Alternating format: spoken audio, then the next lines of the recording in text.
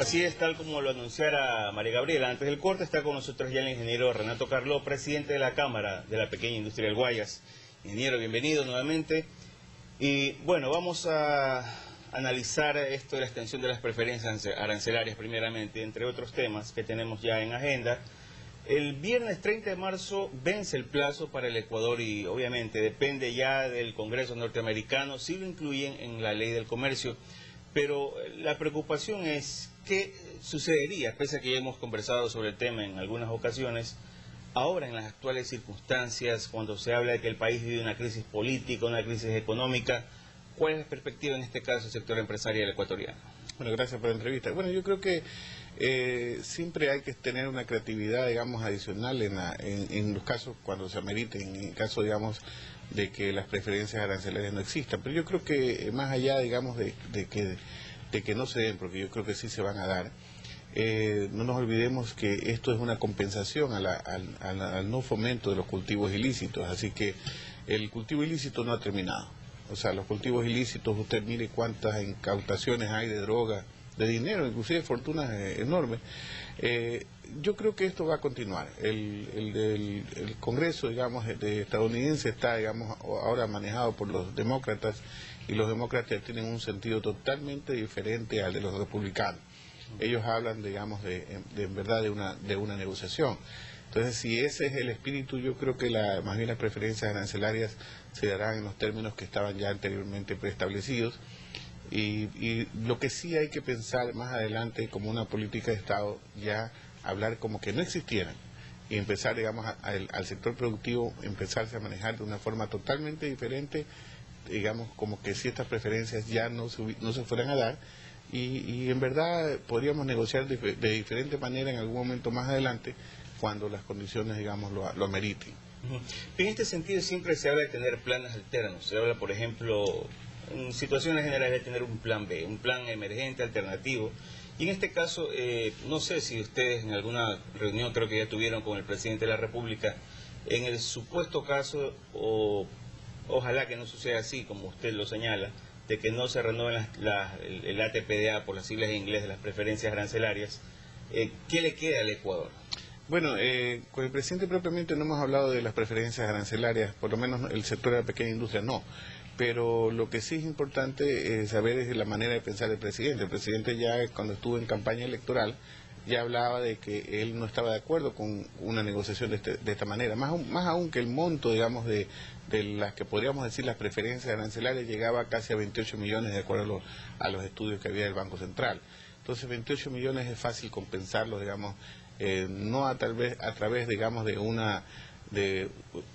algo, digamos, directo en la exportación, pero sí a través de bajar los costos en los tributos para que no haya, digamos, una sanción a posterior, digamos, por parte de la OMC, digamos, de que haya una especie de dumping en la parte de la exportación. Pero sí, entonces, yo creo que el presidente está claro de que la negociación no era la negociación, simplemente era, digamos, en verdad una forma de sacrificar a muchos ecuatorianos en una mala negociación. Yo creo que usted puede negociar de mil maneras, pero no de cualquier manera, y lo que se estaba negociando en verdad no era negociación, era simplemente una imposición comercial. Y lamentablemente por la fragilidad que tenemos como país, usted está viendo todos los problemas políticos que estamos viviendo, y creo que todos estamos de acuerdo en que queremos un cambio para poder buscar esa estabilidad, podernos desarrollar de una forma eficiente a muy corto plazo. No, definitivamente, pero ¿cuán optimista podemos ser si en este caso el Congreso norteamericano, a propósito de las últimas elecciones, la bancada demócrata, si se quiere, alcanza la mayoría y en todo caso tenemos esperanzas en el sector republicano?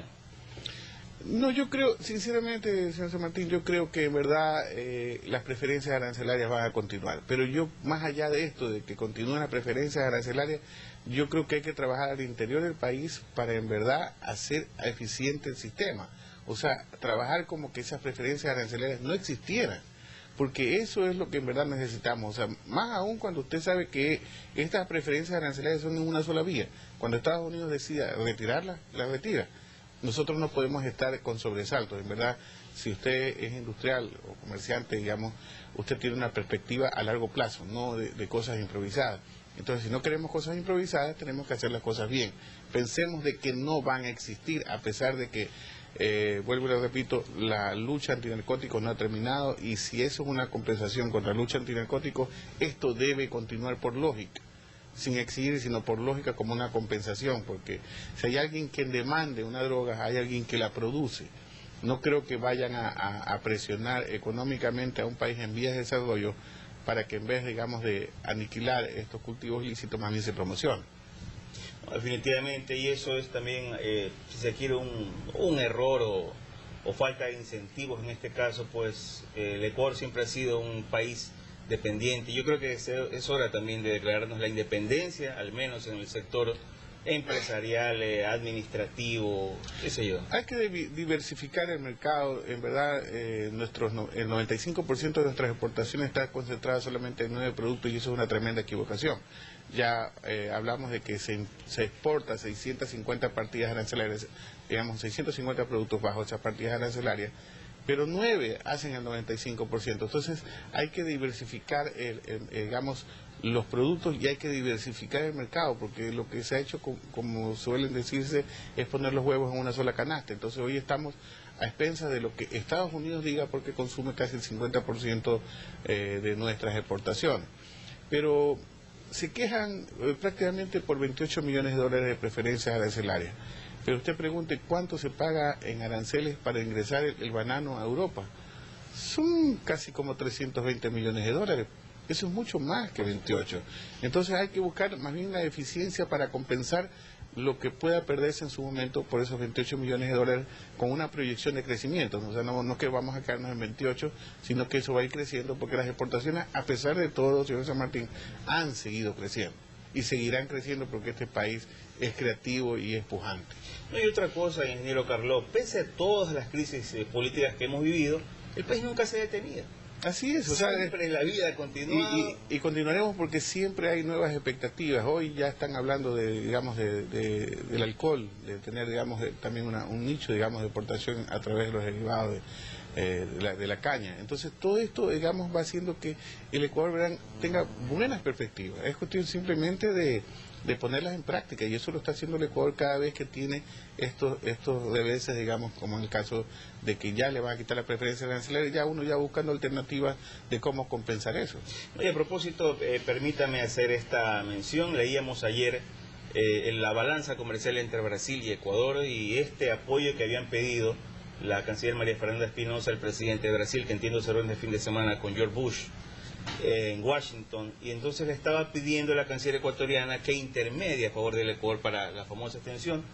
Pero me pareció interesante lo que señala el ministro de Economía de Brasil, cuando señala que la balanza es muy favorable a los brasileños, porque nosotros importamos, si mal no recuerdo, casi 900 millones de dólares en productos brasileños, y lo que exportamos es apenas 30 o 40 millones de dólares, que es algo ínfimo. Y él señalaba claramente, ustedes preocúpense más bien en ser más productivos que estar pidiendo el apoyo para favorecerse a través de la TPDA. Bueno, en verdad Ecuador se ha abierto mucho, digamos, como es normal. O sea, el mercado no es local, el mercado es, o sea, ya estamos hablando que el mercado es el mundo. Entonces hay que empezar a ir viendo en qué no somos competitivos. En el caso de Argentina también estamos hablando casi 330 millones de dólares que se importan, contra más o menos como 35 millones de dólares que se exportan. Entonces tenemos balanzas negativas. Claro. Pero ¿por qué son esas balanzas negativas?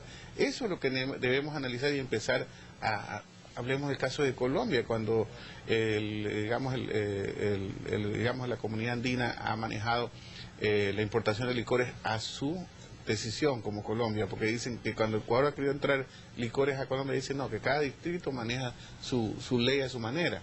Entonces Ecuador ha tenido prácticamente barreras para poder ingresar con el licor, pero en cambio Colombia ingresa. Entonces ya en una política económica internacional hay que en verdad empezar a hacer los reajustes necesarios. Los reajustes necesarios, o sea, ok, tú entras, yo entro. Si no, no hay negocio. Porque, ok, hay un tratado, pero no se está respetando de un lado, y para que haya en verdad una buena negociación tiene que haber consideraciones de ambos lados, y eso había una equivocación tremenda en este tipo de negociaciones o aperturas comerciales que se han dado últimamente. Segundo tema, ingeniero Carlos, como miembro o representante del sector económico, productivo en el país, ¿cómo ve usted esta nueva ley o este diálogo entre la banca, el gobierno, donde se están pidiendo la eliminación de las tasas de interés, de las comisiones, pero sin adoptar la posición de abogado del diablo, pero en todo caso las tasas, el porcentaje que se paga en los Estados Unidos es del 4%, y aquí en el Ecuador creo que es del 10%.